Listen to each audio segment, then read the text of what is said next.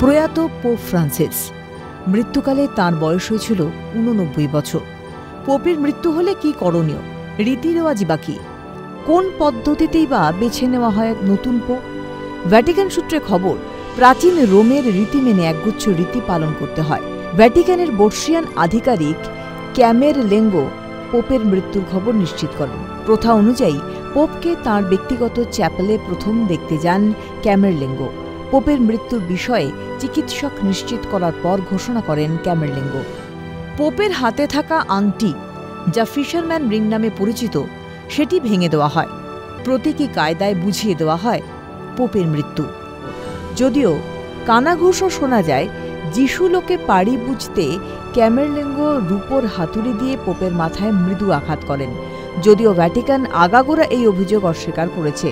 যখন দেখা যায় পোপ সারা শব্দ দিচ্ছেন না, তখনই মৃত্যুর ব্যাপারে নিশ্চিত হওয়া যায়।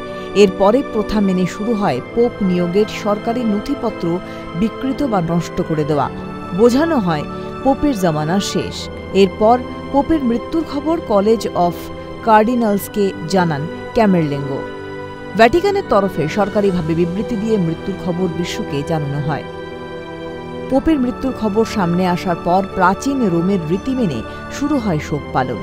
জাতীয় শোক ঘোষণা করে ইতালিও। শোক পর্বের মধ্যেই সদ্য মৃত পোপকে সাজানো হয় যাজকের পোশাকে।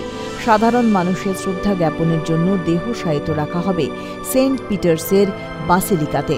আগে অবশ্য পোপের নশ্বর দেহ ক্যাডাফাক নামে একটি প্ল্যাটফর্মের ওপর শায়িত রাখা হতো। কিন্তু আরও অনেক সংস্কারের মতো পোপ ফ্রান্সিস পোপের অন্তিম যাত্রারও সরলীকরণ করেন। পোপের দেহে ছড়ানো হয় সুগন্ধি।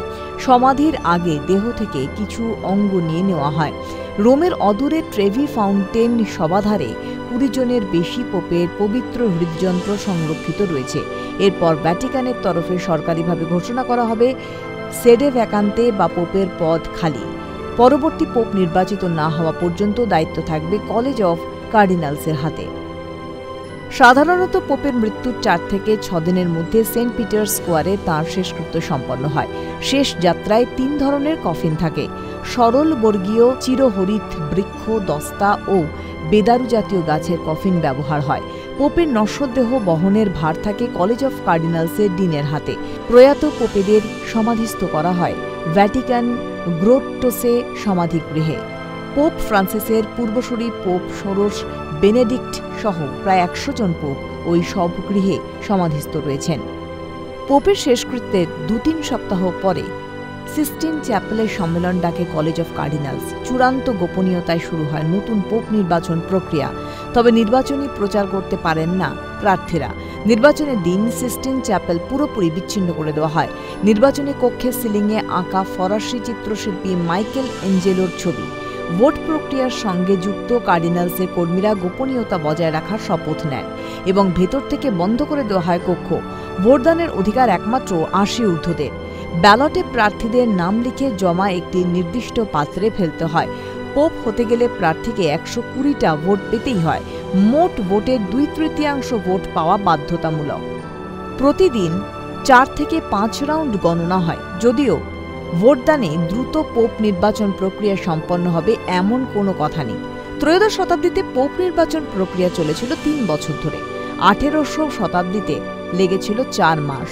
একবার ব্যালট গণনা শেষ হলে স্টোভ জ্বালিয়ে ব্যালট জ্বালিয়ে দেওয়া হয়। এর মধ্যে জ্বালানো হয় আরেকটি স্টোভ, বসানো হয় চিমনিও। পোপ নির্বাচিত হলে সাদা ধোঁয়ার মাধ্যমে জানানো হয়, আর নির্বাচিত না হলে চিমনির মধ্যে দিয়ে কালো ধোঁয়া বের করা হয়।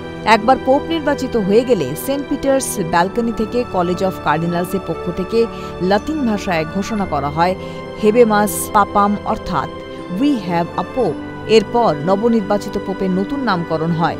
যাজকের পোশাকের সামনে এসে ব্যালকনি থেকে প্রথম ভাষণ দেন।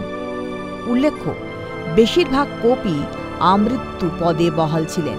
৬০০ বছরের ইতিহাসে একমাত্র ব্যতিক্রম পোপ ফ্রান্সিসের পূর্বসূরি পোপ ষোড়শ বেনেডিক্ট।